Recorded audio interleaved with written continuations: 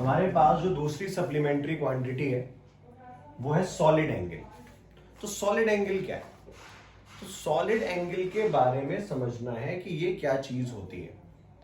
कहने का मतलब क्या हुआ, जैसे कि कोन है, देखो एंगल का मतलब समझो। भाई मैंने बोला कि 60 डिग्री का आर्क बनाओ, तो आप 60 डिग्री एंगल रखते हुए आप लेंथ को कितना भी बड़ा कर सकते हैं। बात समझ में? एंगल किसी शेप को डिफाइन कर सकता है।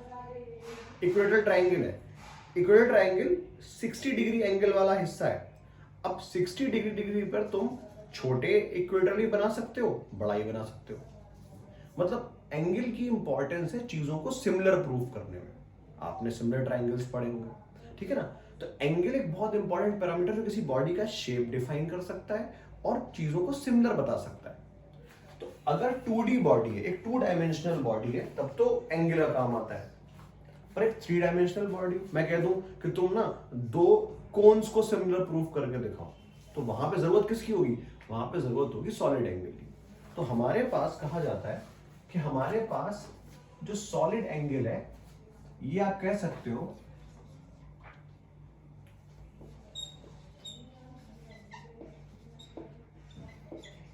एंगल इन 3D भी है। ये हमारे पास क्या है? ये हमारे पास एंगल इन 3 डायमेंशंस भी कहलाता है। आप कह सकते हैं it is angle in 3D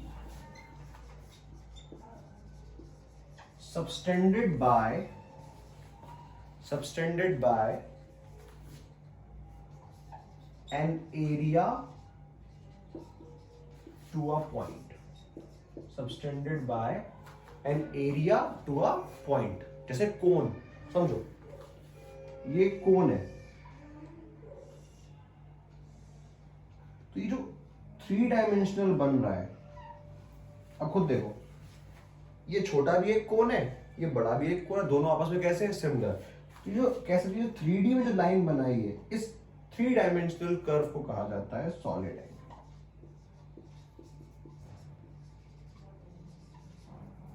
बात समझ में आ रही है? कहने का मतलब क्या है? हम इसी से छोटा कोन निकाल लें, इसी से बड़ा कोन निकाल लें, हम उनको सिमिलर बना सकते हैं अगर उसके पास ये चीज सॉलिड एंगल की फॉर्म में होगी। बात समझ में? कहने का मतलब क्या हुआ? अब यहां पर ये कहलाता है इसका सॉलिड एंगल। जैसे एक अब यहां से डेफिनेशन कैसे निकल करेंगे, ये एक स्फीयर है, हम क्या बोल रहे हैं? Angle subtended by an area to a point. तो आपने ये कोई पॉइंट लिया, angle subtended by an area, तो हमने करा क्या? आपने उस के ऊपर एक सरफेस बनाया, स्क्वायर, एक स्फीयर है, ये क्या है? ये हमारे पास एक स्फीयर है।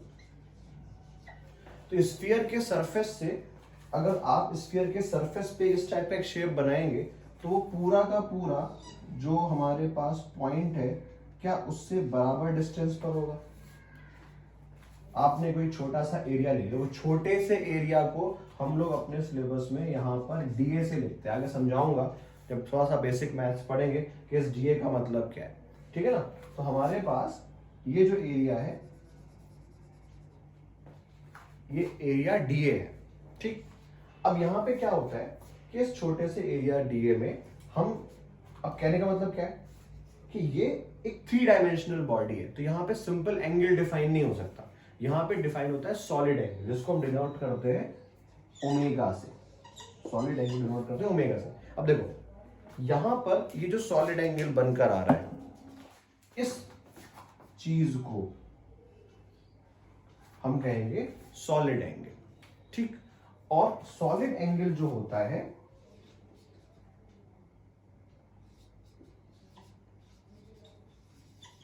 ये होता है डीए अपॉन आर स्क्वायर। अब एक बात समझो इंपॉर्टेंट, क्या कि आपके पास एरिया क्या था? आपने जितने भी फॉर्मूले पढ़े होंगे, लेंथ इनटू ब्रेड्थ, ठीक है ना। कोई भी एरिया, स्क्वायर का एरिया ए स्क्वायर, तो हमेशा क्या था? मीटर का स्क्वायर। रेडियस भी क्या है? मीटर का स्क्वायर। तो ऊपर भी लेंथ का स्क्वायर, नीचे भी लेंथ का स्क्वायर। लेंथ स्क्वायर कैंसिल, मतलब ये भी क्या है? एक डायमेंशनलेस क्वांटिटी। पर इसकी भी ना हमारे पास एसआई यूनिट होती है, और इसकी एसआई यूनिट है स्टे रेडियन। पर ये भी कैसा है? डायमेंशनलेस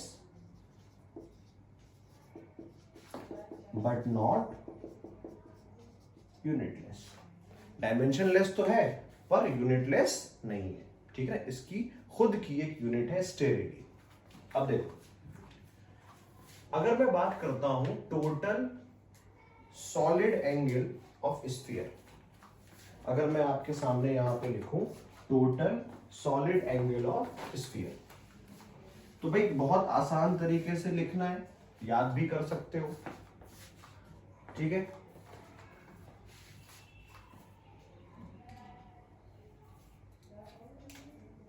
टोटल सॉलिड एंगल, तो अगर आप टोटल सॉलिड एंगल की बात करेंगे, किसका? स्फीयर का, तो भाई हमारे पास ओमेगा होता है डीए अपॉन आर स्क्वायर। तो ओमेगा यहां से कितना आ जाएगा? Total surface area of sphere 4 pi R square upon R square, तो omega is equals to 4 pi steradian. आई बात समझ में? तो ये बात आप याद भी रख सकते हैं। क्लियर ये चीज? तो इस तरीके से सॉलिड एंगल हमारे सिलेबस में रहता है, ऑल्दो बहुत रेयर कहीं कहीं इस्तेमाल पड़ता है, जहां इस्तेमाल पड़ेगा वहीं पे सीख लेंगे, वरना तो भूल जाते हो इतनी पुरानी बातें, ठीक है ना। तो फिलहाल के लिए बस क्या याद रखना है कि सॉलिड एंगल एक फंडामेंटल एक सप्लीमेंट्री यूनिट है एसआई सिस्टम की, ठीक है भाई। अब देखो, तो मैंने क्या बताया कि एसआई ने हमारे काम को छोटा करने वाले, मतलब हमारे एफर्ट को छोटा करा है, बहुत सारे तरीके दिए हैं जहां पे हम चीजों को छोटा कर सकते हैं। तो यहां पर कई तरीके से चीजें बताई गई हैं कि भाई इसको ऐसे लिखना है, इसको ऐसे लिखना है, रिप्रेजेंटेशन है बहुत सारे, और हमसे वो रिप्रेजेंटेशन पूछे गए हैं। ये नहीं समझना है कि बहुत एलिमेंट्री है, ये क्यों आएगा नीट में, ऐसा कुछ नहीं होता है, ठीक है ना। एक बात हमेशा याद रखनी है, ये चीज कभी दिमाग में नहीं लानी है कि ये ज्यादा आसान है, ये नहीं आ सकता, ठीक है ना। कभी कभी ऐसा होता है कि हम लोग ऊपर देखते रहते हैं और तुम्हारे पैरों के पास एक छोटा सा पत्थर रख दिया जाता है, ठीक है। तो ये चीज याद रखनी है कि छोटी बातें भी पूछी जाती है, आ सकती हैं। अब देखिए,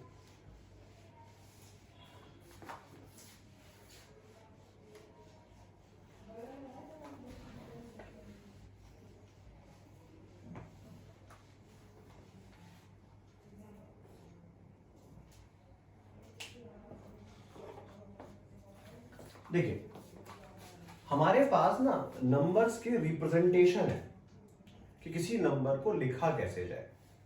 जैसे उसको हम एज ए टॉपिक पढ़ लेते हैं, हम इसे कह देते हैं order and magnitude.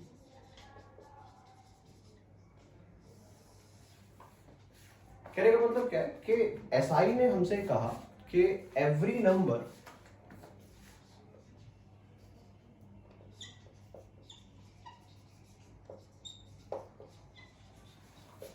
Can be represented as a into 10 to the power b, जहां पर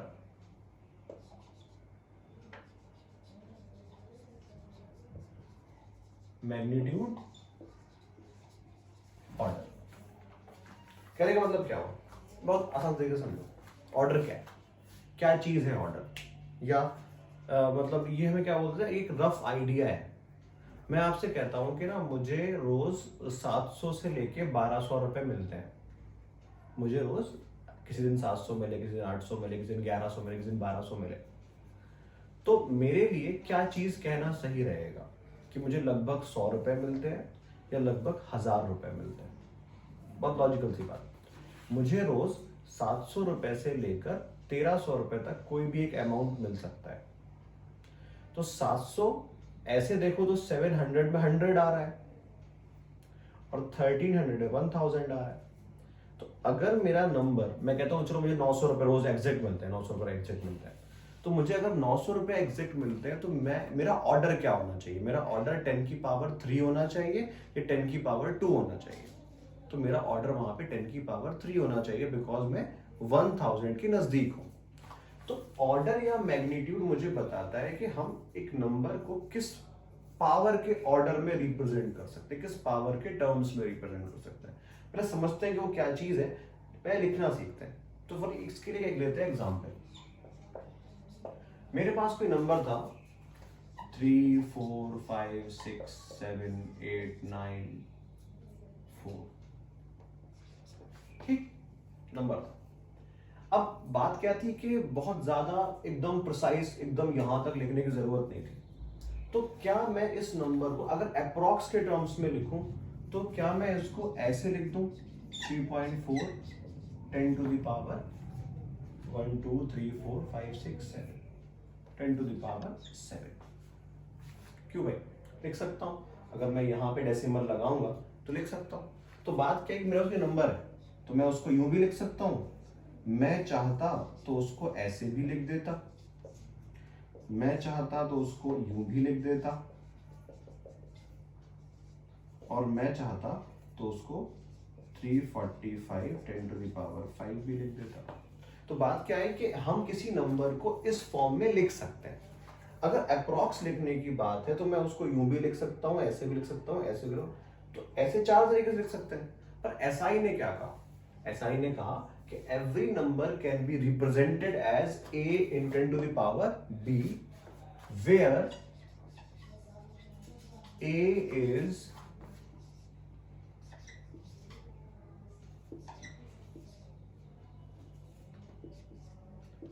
जीरो से लेकर 10 के बीच में, इवन जीरो नहीं सॉरी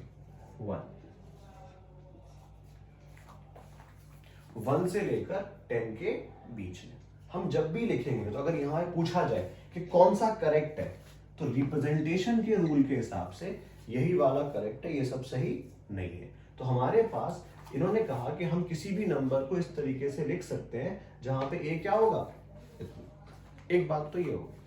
तो जब भी मुझे किसी नंबर को लिखने को आ जाए भाई इसको रिप्रेजेंट करके दिखाओ अकॉर्डिंग टू एसआई रूल्स, तो एसआई रूल्स में हम ए का जो नंबर रखेंगे वो 1 से और 10 के बीच में रखेंगे, ठीक। अब बात आती है ऑर्डर की। तो ऑर्डर के लिए एक सवाल करते हैं, फिर उसका रूल लिखेंगे। Right the order of 3 to 10 to the power 4, 9.1 या 4 10 to the power 6, 3 10 to the power -2, और यहाँ पे लिख देते हैं 7 10 to the power 3। मुझे इनका ऑर्डर लिखना है। बहुत आसान तरीके से समझते हैं और इसी के साथ इसका रूल भी समझेंगे।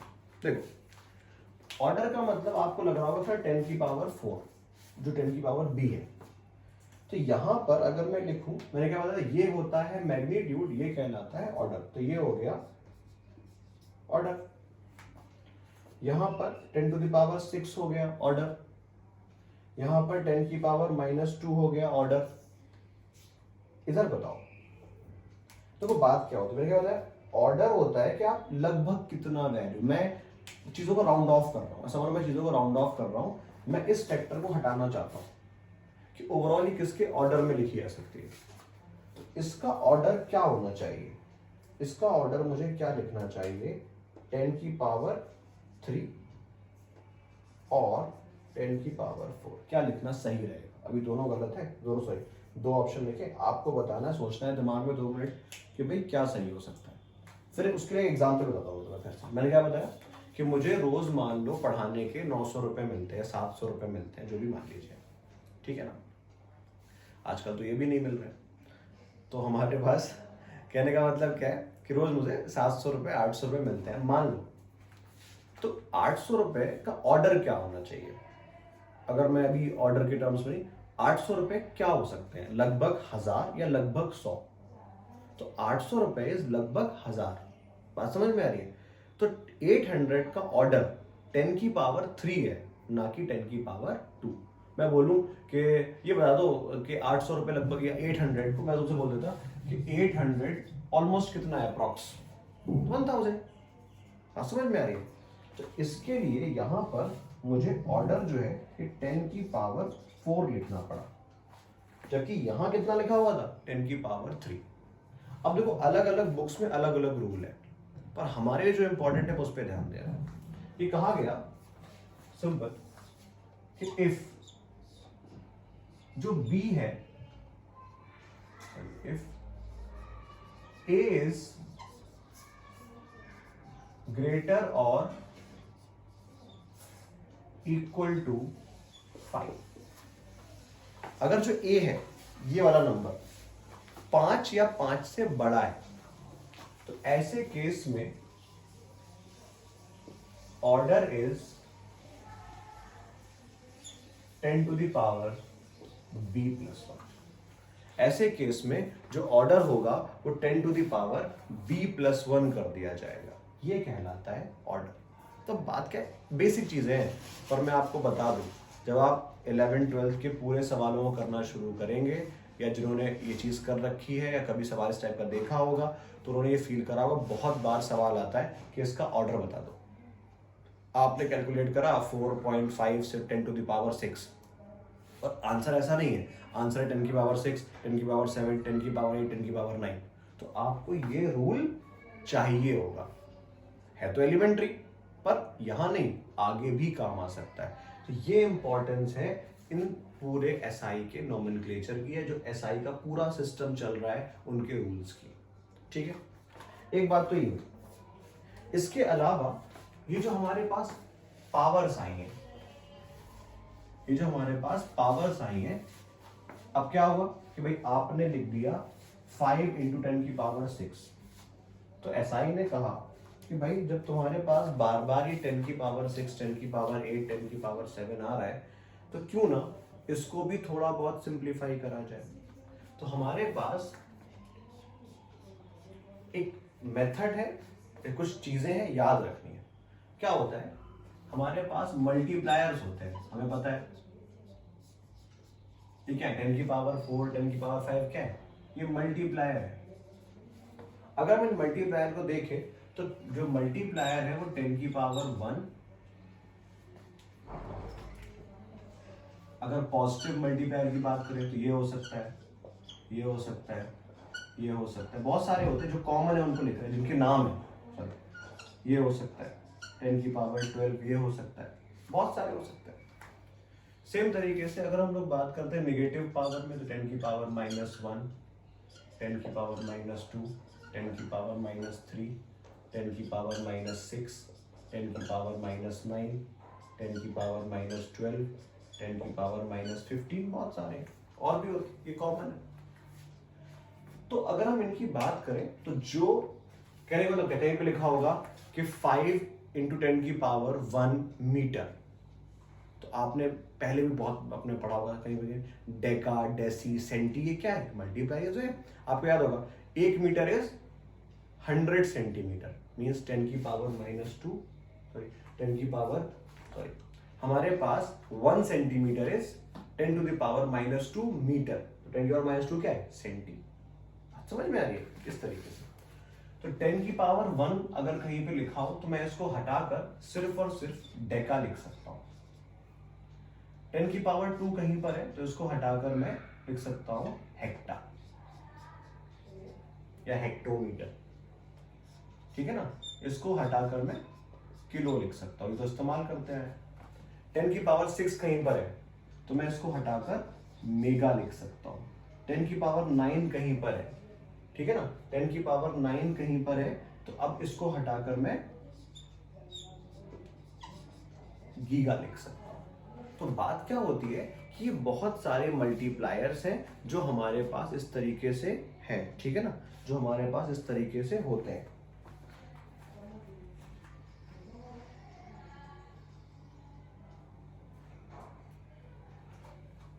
ठीक है, तो हमारे पास क्या है, बहुत सारे मल्टीप्लायर्स हैं। अब जहां कहीं नंबर लिखा होगा वहां लिखने पड़ेंगे, जैसे मैंने लिख दिया Deka, hecto, kilo, mega, giga, ठीक है ना, ऐसे इधर भी होते हैं। तो ये जो भी है, ठीक है, जो भी है, ये आपको याद रखने आगे चलकर ये काम आएंगे। जैसे कि इसको हम लिख देते हैं टेरा, मैं इसको लिखना भूल रहा था, ठीक है ना, ये क्या है, टेरा है। इधर आ जाओ, 10 की पावर -1 डेसी, 10 की पावर -2 सेंटी, 10⁻³ मिली, 10⁻⁶ माइक्रो, 10⁻⁹ नैनो,